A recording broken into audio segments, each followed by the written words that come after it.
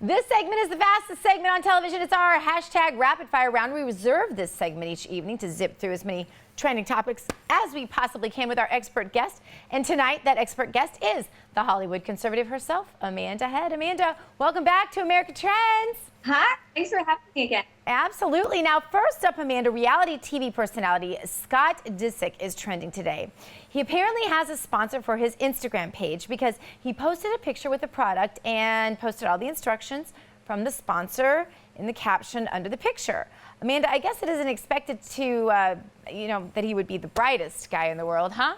No, I think this is an instance of you get out what you put in. I mean, they're paying a reality show. I mean, I guess Outcast, is he even on the Kardashians anymore? Because I know they broke up, but I don't know if you can really expect that much substance or brain power when you hire someone like that. And this company apparently sells things like detoxes and teas.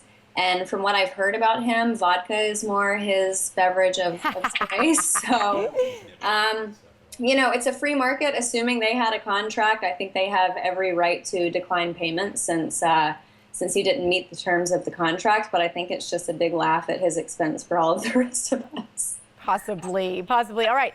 Actor David Hasselhoff trending today. Hasselhoff says he has less than $4,000 to his name and is seeking lower alimony payments. Amanda, is David Hasselhoff really broke? I mean, he still does a lot of work in Hollywood, doesn't he? Yeah, I mean, didn't he just do Sharknado? There's like a sequel coming out, and he did that. I don't know if this is true. If it is, file it under living beyond your means. I don't really feel bad for him for two reasons. First of all, living in Los Angeles isn't cheap.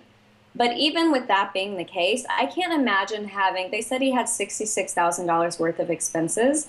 I can't imagine having $66,000 worth of, necessities, I guess. That's just beyond what I can imagine. And second of all, for all of these years that he's been in the acting industry, wouldn't you think that he would be stacking chips for a rainy day?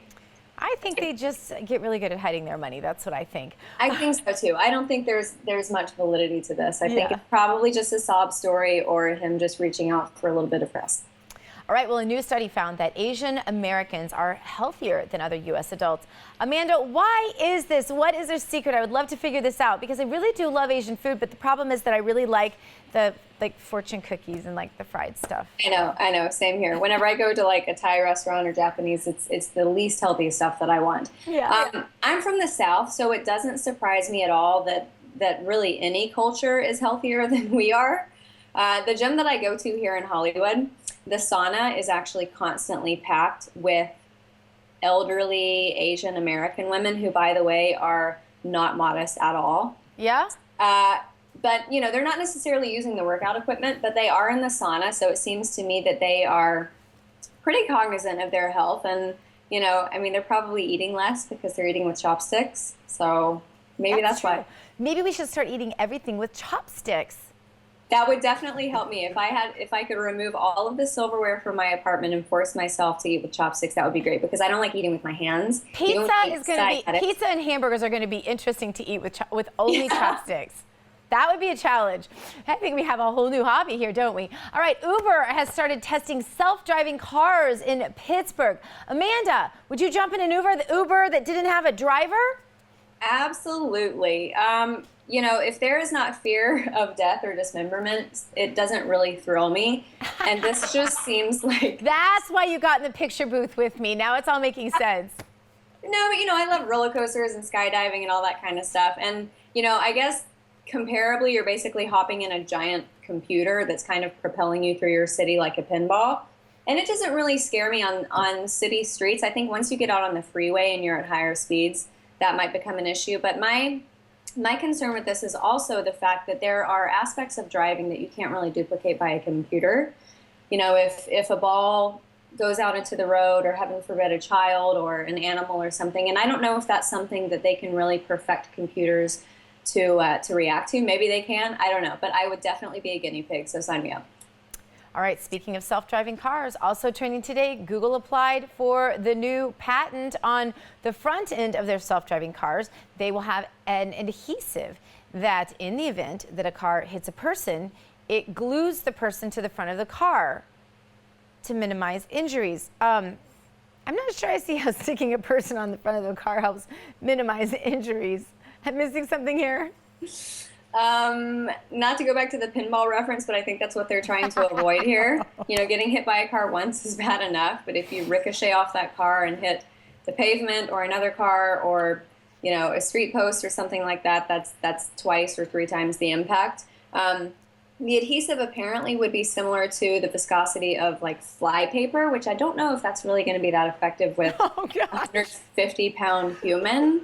They said also that the adhesive coating would be under an egg-like shell so that bugs and debris and things with everyday use wouldn't get stuck to it. So if that kind of stuff isn't going to get stuck to it because it has this coating on it, I don't really know how it's going to work. I think they maybe need to go back to the drawing board. It's a great concept, good idea, but I think it needs to be perfected. Wow, interesting.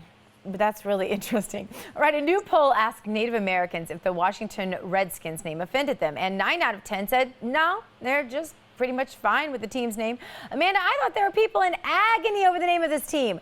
Had no one thought to ask the actual Native Americans about this before they made this huge big stink about it? I knew they didn't care. I mean, come on. I'm wondering, though, who that one person is who's actually offended, and I'm wondering if they are, in fact, offended by the name, or if they're just offended by the NFL in general. Because the NFL, there's some pretty offensive things about it. You've got domestic abuse charges, teams cheating during the playoffs, and if the Redskins go, then you've got Chiefs, Indians, Braves. Somebody's going to find offense with Buccaneers if they have a prosthetic leg or an eye patch. Yep, there you go. We're going to have to leave it there, Amanda, because we are completely out of time. But thank you so much for being with us. Have a great weekend. You can find her at HWCon on Twitter, and thehollywoodconservative.us is her web address. We'll be back in a moment with your poll results and media questions.